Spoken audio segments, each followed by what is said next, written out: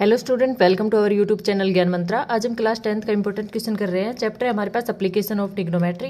Question क्या कहता है, चलो क्वेश्चन देखते हैं हम। The angle of depression of two ship. जब भी मैं कहती हूँ शिप वाला क्वेश्चन आए तो आप क्या करा करो, शिप हो या कार हो, आप डायग्राम ऐसा बना लिया करो।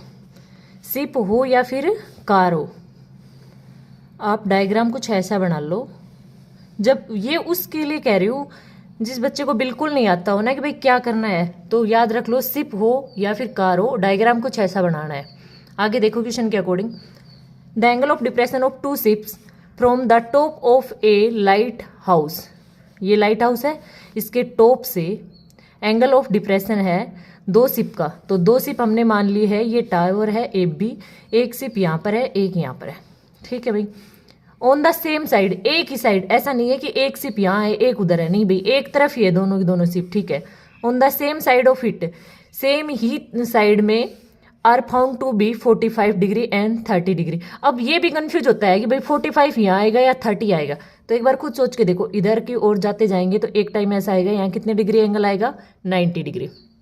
इसका मतलब है बड़ा एंगल यहाँ आएगा और छोटा एंगल यहाँ आएगा। तो बड़ा कौन सा है, 45 है, तो 45 यहाँ आएगा और यहाँ पर कौन सा एंगल आएगा, 30 डिग्री। क्लियर है भाई। Find the height of light house. आपको क्या निकालना है, लाइट हाउस जो है उसकी क्या निकालनी है, आपको हाइट निकालनी है। ये क्या निकालना है, आपको फाइंड आउट करनी है। क्लियर है, इतना सबको क्लियर आ गया। If the ship are 200 metre apart. अच्छा, इसमें एक चीज दे रखी है कि दोनों शिप जो है वो 200 मीटर की दूरी पर है। दोनों शिप जो है वो कितनी दूरी पर है, 200 मीटर की दूरी पर है। आपको एच निकालना है। अब आप यहाँ से दो ट्रायंगल बना लोगे, दो राइट एंगल ट्रायंगल बना लोगे। यहाँ से दो राइट एंगल ट्रायंगल बना लो। जैसा भी एप्लीकेशन ऑफ ट्रिग्नोमेट्री के में मोस्ट इंपॉर्टेंट यही है, डायग्राम बनाना। डायग्राम के बाद तो बिल्कुल ईजी है कि आपके पास दो ट्रायंगल बनानी है और राइट एंगल ट्रायंगल बना लो। ये ध्यान रखना है, राइट एंगल ट्रायंगल। अब एक तो मुझे साफ नजर आ रही है ए बी सी।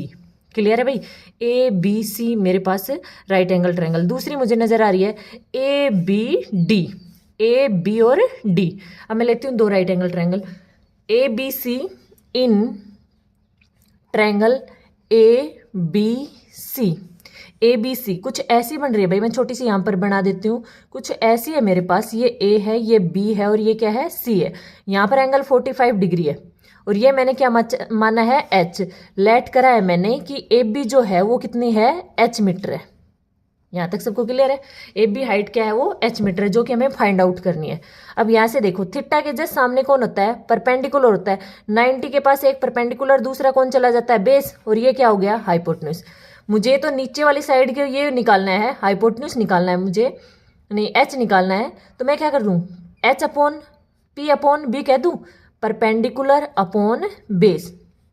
मोस्टली ये भी ध्यान रखना कि आपके पास एप्लीकेशन ऑफ ट्रिग्नोमेट्रिक में तीन ही वैल्यू यूज होती है ज़्यादातर। कौन कौन सी, एक तो वैल्यू होती है tan 30 डिग्री, tan 60 डिग्री और tan 45 डिग्री। ये तीनों वैल्यू होती है। tan 30 1/√3, 60 √3, 45 1। ये तीनों आपको याद होनी चाहिए भाई, इंपॉर्टेंट है। tan 30 1/√3, 60 √3, 45 1। क्लियर है। अब देखो यहाँ पर मैंने कहा परपेंडिकुलर अपॉन बेस क्या चला गया, tan theta. Perpendicular upon base क्या गया, tan थीटा। थीटा कितना है, 45 डिग्री है, थीटा की वैल्यू कितनी है, 45। परपेंडिकुलर क्या है, h है, h अपॉन बेस की वैल्यू क्या है, BC equal to tan 45 degree. tan 45 की वैल्यू मैंने अभी अभी बताई क्या होती है, 1 होती है। तो ये क्या आ जाएगा मेरे पास, h upon BC equal to 1। इसको मैं दूसरी तरफ ले जाऊं तो h की वैल्यू मेरे पास यहाँ से क्या आ गया, h equal to BC। h की वैल्यू क्या है, BC। मतलब BC को भी मैं h कह सकती हूँ, यहाँ से यहाँ तक को भी मैं क्या कह सकती हूँ, h कह सकती हूँ। इतना क्लियर है सभी को। अब दूसरी जो ट्रायंगल है वो कौन सी है, ए बी डी। दूसरी ट्रायंगल लेते हैं हम, in triangle A B D. एक बार रफली मैं ट्रायंगल बना देती हूँ कि ट्रायंगल कुछ ऐसी है हमारे पास, ए, ये हमारे पास B और ये कौन सा पॉइंट है, D। यहाँ से लेके यहाँ तक की डिस्टेंस की बात करूँ तो मेरे पास ये 200 है और ये H है। तो क्या हो गया, 200 प्लस H, गोट इट। और ये मेरे पास क्या है, H है। एंगल कितने डिग्री दे रखा है, 30 डिग्री। सेम काम इसमें हम करेंगे, perpendicular upon base. Perpendicular upon base हमें मालूम होता है क्या होता है, tan थीटा। परपेंडिकुलर की वैल्यू क्या है, h है। बेस हमारे पास क्या दे रखा है 200 प्लस एच, और टेन थीटा, थीटा कितना है 30 डिग्री। यहाँ हमारे पास टेन 30 की वैल्यू कितनी होती है 1/√3, तो ये हमारे पास आ गया h upon 200 plus h equal to 1/√3, जो कि मैंने यहाँ बताई थी। टेन 30 हमारे पास होता है 1/√3। अब हमें तो h की वैल्यू निकालनी है, तो क्रॉस मल्टीप्लाई कर देते हैं, इसको इधर मल्टीप्लाई कर देते हैं, इसको इधर, तो ये क्या हो गया h√3 equal to 200 plus h। हमें h निकालना है तो h को एक तरफ करते हैं, इस h को दूसरी तरफ ले जाते हैं, तो क्या आ गया h√3 माइनस का h इक्वल टू 200। h को कॉमन ले लिया तो क्या आ गया हमारे पास 2√3 माइनस का 1 इक्वल टू 200। h की वैल्यू फाइंड आउट करनी है, तो क्या आ गया h equal to 200 upon √3 minus 1। अब देखो हमारे पास रूट नीचे हम कई केस में नहीं लेते हैं, तो अब हम क्या कर सकते हैं, इसका रेशलाइजेशन कर देंगे। रेशलाइजेशन हम क्या करें, √3 + 1 अपॉन √3 + 1, साइन चेंज कर देते हैं, तो क्या आ गया हमारे पास 200 अपॉन √3, यहाँ पर इसको कह दूँ a - b और a + b, तो क्या हो गया ये a² - b²। ऊपर तो हमारे पास क्या आ जाएगा √3 + 1, नीचे a² - b², मतलब √3 का स्क्वायर माइनस 1, ये कैंसिल हो गया, तो क्या आ गया हमारे पास 3 - 1 कितना हो जाएगा 2 हो जाएगा।